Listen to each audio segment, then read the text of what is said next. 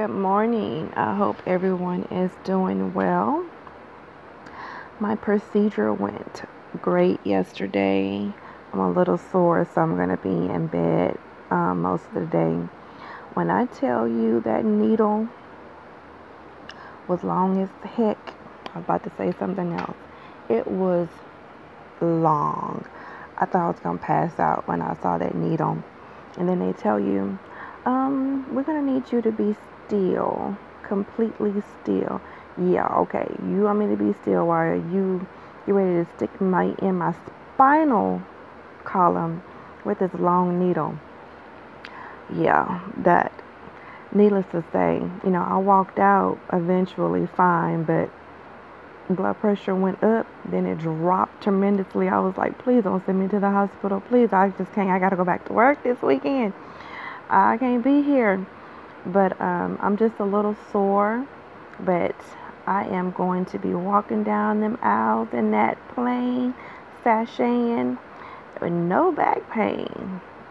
Yes, it is. Oh, still a little sore right now, but I already, felt the difference last night in my sleep with my back, But I have a long way to go.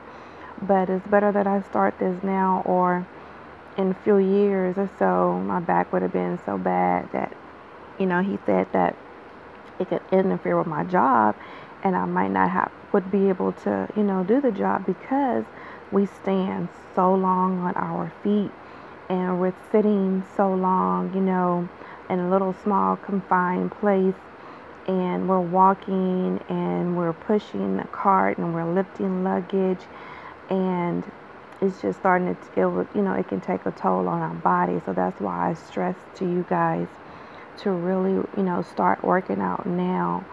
And I would do yoga. I'm going to try to incorporate yoga into my workout routine with stretching, because it's hard for me to get motivated to work out.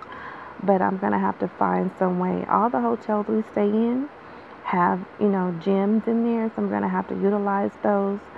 And whenever I get situated, wherever I'm going to be, Chicago's just not doing it for me, as far as I don't want to get up and ride no train nowhere and get lost. So it's like I have to find somewhere in my area, because I stay in my little box. I don't go nowhere outside of what I know, and that's it. But if I get a transfer to Houston, then of course I'm in my hometown. There's plenty of places that I can go to get massages and do hot yoga and stuff like that. If I get my transfer to Dallas, I have family and friends there. I'm sure I can find something, and then I'll have my vehicle. So until then, I'm going to just continue to utilize the hot tubs. Probably start getting in the pool and doing some workout and some stretches in the water, because I used to have to take water aerobics for my arthritis. And because I have arthritis in my back, my shoulders, my knees. So, but yeah, so the first step yesterday was my first set of injections in my back, my upper back. We'll see how this works, and then we'll have to do my lower. But he still wants me to lose 30 pounds. 30 whole pounds. 30 pounds. And I am almost through with all my appointments. It's like I came home just for doctor's appointments. I just got to go see my occupational doctor for my arm and shoulder. And I am good to go. I kind of miss work. I'm ready to get back to work. I already have one little turn on my schedule, but it's just a turn. I'm like, send me away. But yeah, I have a question for new people who are looking for applying for flight attendant positions, because since I'm home laid up, I'm just reading stuff on the net. And I see that a lot of people apply for flight attendant jobs, and they apply for every airline. And the posts always start off with, I always wanted to be a flight attendant. It's my dream job. Where do I get started? Or tell me what I need to do, or give me some advice, or what should I wear or say or do? I always wanted to do this. And my question is, if this was your dream job and something that you always dreamed about, or you don't have the information, prior to. Because I remember when I started applying back in when I was 19 and 20, when you didn't have the internet, so you couldn't apply. You had to, read the newspaper. They had a cattle call. You had to go fill out a paper application. And it was about, almost like word of mouth. So times have changed now to where everything is online. You can research company policies, uniforms, salary, business model, and stuff like that. So it kind of amazes me that when I see those type of posts, and then you see the post where I've got 4 CJOs from 4 separate airlines, which company would you choose and go? And I'm like, don't ask nobody what company you should choose. You have to choose a company that's going to be beneficial to you and what works for you and what works for your family.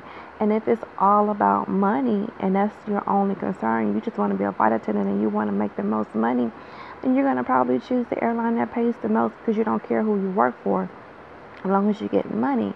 But if you care about other little things, then you're going to start, weighing the pros and cons about each company. But what kills me are the people who go to the recruitment events who have no intentions on working for that company. They just going to be nosy or going to say they're going, and then they get a CJO, and then I'm like, oh, but I'm going to turn them down, or I wasn't going to take the job anyway. And I'm like, you just took a possible position away from somebody else who really wanted it, only because you were trying to prove a point or just going to be going, and you knew that you weren't going to go. And then you get upset, oh, the training classes were too soon and I have a vacation planned and they didn't want to work with me. And I'm like, you knew you had this vacation plan. Why did you even go to the recruitment event? Because they're going to be hiring for soon, and no one's going to put your application on hold or let you get in classes 3 months down the line because you want to go to Cancun for the weekend. It doesn't work like that, So that's a lot of stuff to consider. If you have no intentions, if you can't, you can't, leave your family right now. You have plans, coming up in the next month or so. You're still in school, you're taking finals or what have you. Then just wait until all your business is taken care of and then apply. Like for me, I just happened to have been laid off. So if I was still working, I probably would never have gone. It's just the timing came perfect for me. And once I spoke with my mom about my daughter and I knew she was going to be taken care of, that's when I went and applied and then got the invite for the open call. And so I already had my business straight. So that just confused me. I always want to know what's going on in a new person's mind when they're applying, what they're thinking, what their train of thought is, and before they go to these events, and they're not even ready mentally, emotionally, financially to even accept the position, because someone was talking about how a certain airline doesn't pay you for training, and then you have to pay for your own uniforms and your own luggage. And I'm like, well, yeah, but all that is on their website when you read and you applied. So I was just curious to know what's going on in some of your mind when you're applying for these jobs, and what your long-term goals are. Some people get into regional airlines because they've tried for main lines and they couldn't, and they use it as a stepping stone, which I have no problem with that at all, because who wants to stay stagnant in their career? You always want to be somewhere where you can grow. So that if that's your long-term goal, is to get in the door, get the experience, and then apply with a main line later, I applaud your efforts, because like I said, you always want to be somewhere where you can grow. If you get with a company that doesn't allow you to grow and want to keep you stagnant, it's time for you to go and do things, because that's the only way you're going to, open your mind and use your mind and build your resume and You have to be able to grow with the company. And that's one thing I like about my company is because there's always opportunities. They post all the time. And for me, I think it's just better fit for me and my family. So, let me know in the comments about what's the train of thought of a new hire process. But, oh, and someone was talking about training. I guess CJOs are going out for training coming up, and they're wanting to know what to pack. And people are giving advice about stay away from drama. And they're saying, what kind of drama? What drama are you going to have? Blah, blah, blah. Trust me, there's going to be some drama. Don't know where it's going to come from, who it's going to come from, or why it even happens. But there's always some drama. As far as packing, I made the mistake in overpacking and I had to ship stuff home because I accumulated stuff while I was there too. You're going to probably be rotating and wearing the same clothes all the time. So I would just pack one pair of comfortable black shoes or navy shoes, whatever shoes you want to wear every day. Your tennis shoes, pajamas, toiletries, and you can even get toiletries when you get there when you go to Walmart. And then you can Uber to Target as well. What else? Stuff that you can just wear, all the time and rotate the pieces and stuff like that. Because you're not going to even be caring about trying to be cute. You might try to be cute on the first day, dressing up like a flight attendant, but that's going to go out the window the next day when you have those early mornings that you have to be there and then you're there all day.